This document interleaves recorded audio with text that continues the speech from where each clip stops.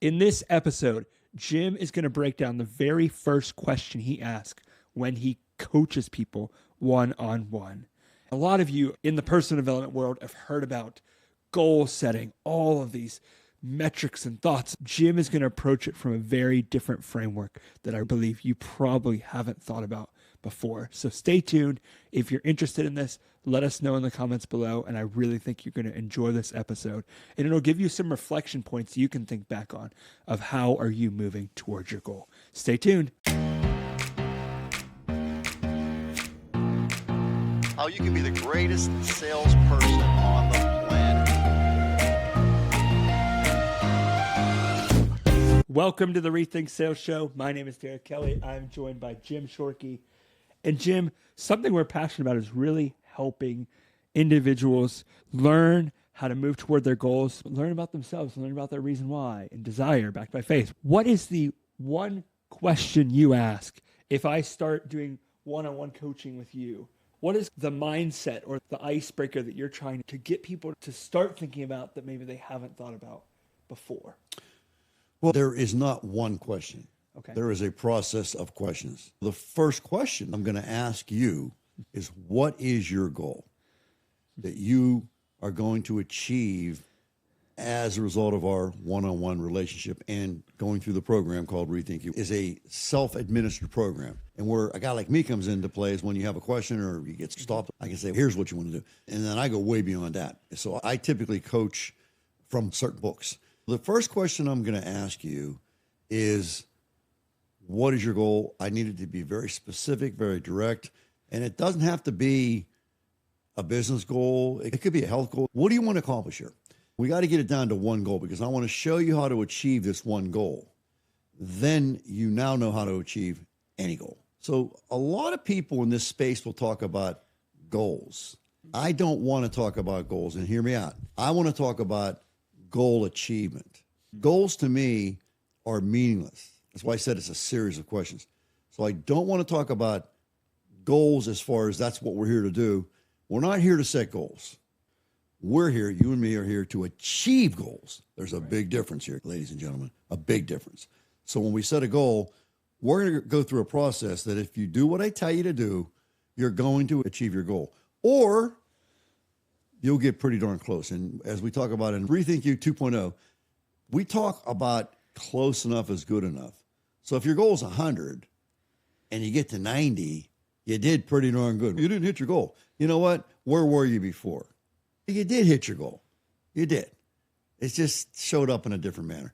So the first question, what is your goal? I want to be very specific and very direct. Write it down. And that sounds like I'm being contradictory. I'm not. It's just that's the first thing. You're not going to hang up forever. No. Oh, God, no. The second thing, and this is where I'm going to really beat the living crap out of you, is I want to know your reason why. And I'm going to ask you until I get you emotional.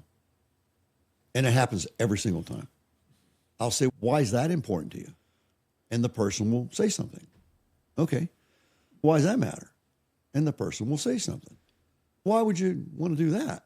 And they'll say, and we keep going. And it usually takes about 7 to 10 times to where they get highly emotional. I go deep. And I actually was talking to a good guy yesterday, and I said, I've been doing this for a long time. You're holding back on me. I know you are. I can tell. You're holding back on me. Tell me about your grandfather. Sure. So he started to tell me about his grandfather, and he got very emotional. And I have a massive chill right now because I witnessed it. Yeah. Because I intuited it. I could sense that there was something there that he wasn't wanting to tell me. Yeah. So once we get the goal very clearly spelled out, it's got to be definite, specific, write it down. What's your reason why? Does it make you cry? It's got to get emotional. When I say cry, emotional. Chills up and down your spine, sweaty palms, dry mouth.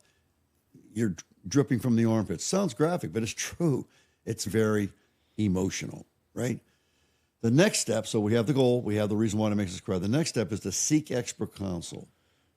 Find somebody who has done what you want to do successfully and have a conversation. Well, that conversation could be a book.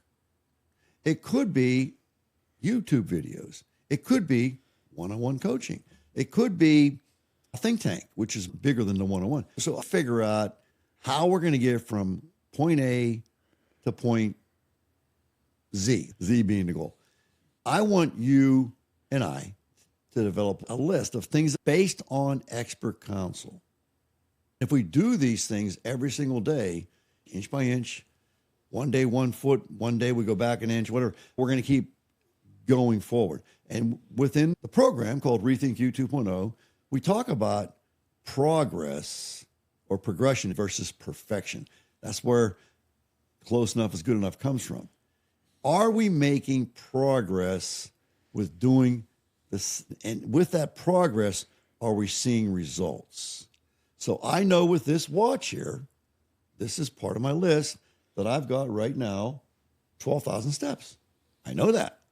And I know based on my predetermined goal, this is part of my whole thing.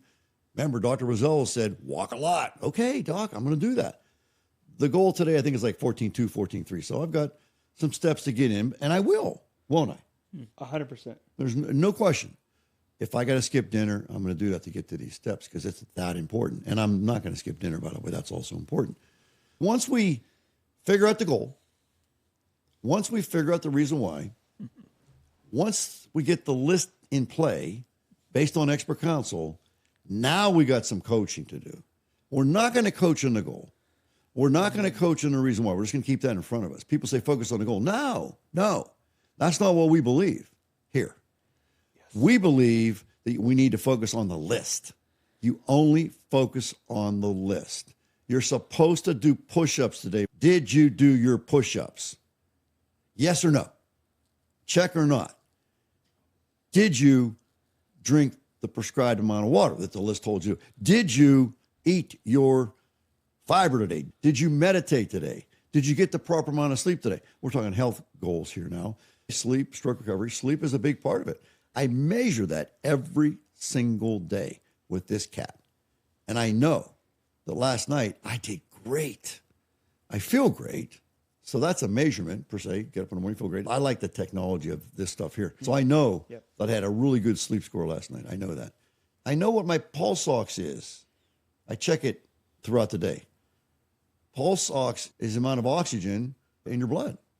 And this thing tells me that. So I know what it is. And I can't tell you now because I got to get my phone going and I'm not going to do that. But I'm measuring all the time. So it's all about the list. It's not about the goal. Put the goal in your mirror. Keep the reason why in your mind and just think about it from time to time.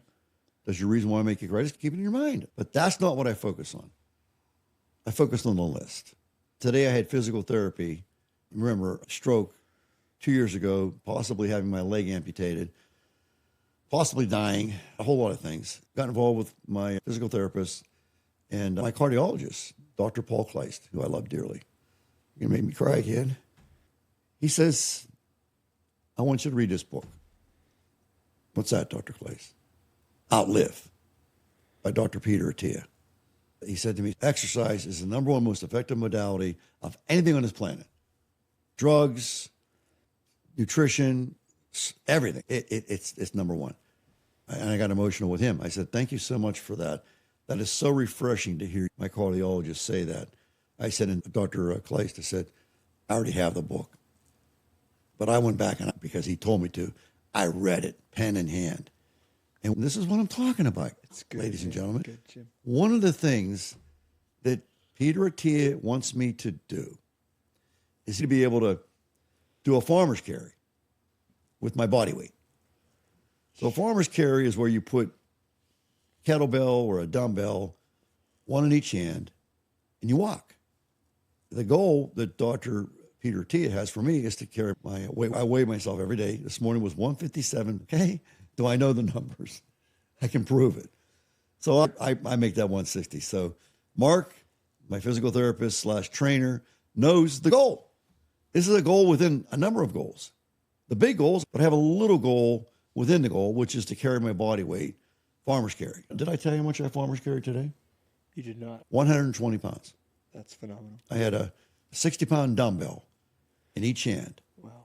And I did it for 1 minute and 40 seconds.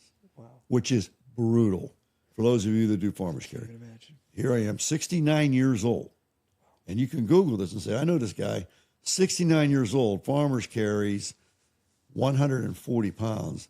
And they would say, AI would say, outstanding. That's fantastic. And that wasn't all I did. I worked very hard because I have this list that I'm focused on, and I'm on it, okay? And my cardiologists and my doctors all know what I'm doing. They can't believe what I'm doing.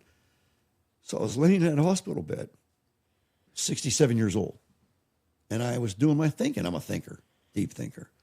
And we always say go deep, right? Laying in a hospital bed, and I thought, geez, my granddaughter, Lila, my oldest granddaughter, is 13 years old. I started thinking 20 years from now, and I have 9 grandchildren, there's probably going to be a great grandchild. And I thought about that. And I thought, I'm 66. That puts me in 86. And I thought, I want to hold that grandchild in my hands. And it made me very emotional. I said, I want to do that. Then I thought further, I thought, well, I'd like to mentor that great grandchild. Obviously, 10 years puts me at 96. 20 years puts me at 106. I need to be a centenarian. And so I started researching centenarians. We just talked about it. Right. I started researching the Okinawans. I started researching the Costa Ricans. I started researching Loma Linda, California. And what are they doing? Again, back to the list. Don't focus on the goal. Focus on the list. Get you a list. And you do that via expert counsel. I figure if there's a population in the world where they have the most centenarians per capita of anybody, I think it'd be a good idea for me to talk to them. It sounds like expert counsel, does it not? Yes. When I went to Mr. Hamilton, he was expert counsel. He knew how to run a car dealership. He was very successful. Run a car dealer. I had no idea. I was bankruptcy imminent. And you're not sure how to get to 100. And what did I ask him for? A list. And what did he give me? A list. And what did I do? Follow the list. I followed the list. Did I have a goal? Yeah. I didn't focus on the goal. I focused on the list. Ladies and gentlemen, somebody we read said, tear your goals up. I don't agree with that. I think you should keep the goals, keep them in front of you and all that, but you want to focus on the list. Does that answer whatever question you asked? Yeah, Jim, thank you. Guys, you can just hear Jim talking about the process that if you went through Rethink You 2.0 or you worked with Jim one-on-one, which we will say there's just a few spots left there. So we're not here to throw you into a sales pitch. We are saying this is really valuable stuff. It's changed our lives. It's changed the lives of many people. We could give you a prove whole it. list. I can prove it. And this is the process we're taking you through. It's not just some lofty, we're going to take the next 3 weeks and figure out what your goal is. This is serious business. Come in with a goal, and we're going to help you walk through the process of achieving. Can I close out? Yes. I was in a restaurant recently with some people, and this good friend of mine who shall go unnamed walks up to me. I said, hey, Nick, how you doing? And he said, I'm doing great. I said, I'm so glad to hear that. How's business? Oh, it's fantastic. I said, what's going on? Why is it so fantastic? He says, you want to know the truth? I said, of course I want to know the truth. He says, the day Jim Shorkey walked into my life, that's the difference. And we both cried. Wow. We both cried. I said, you just made my day, brother. And I got up out of my chair and I hugged him. I said, thank you for that. That's what I live for, is that short encounter, 2 minutes. And that makes it all worthwhile. Thank you, Jim. Thank you, guys. Pleasure. Leave a comment, dolphin emoji down below. If you want information about the coaching program or Rethink, just leave a comment. Say, send me more info. I'll happily message you. Absolutely. And we'll see you in the next episode.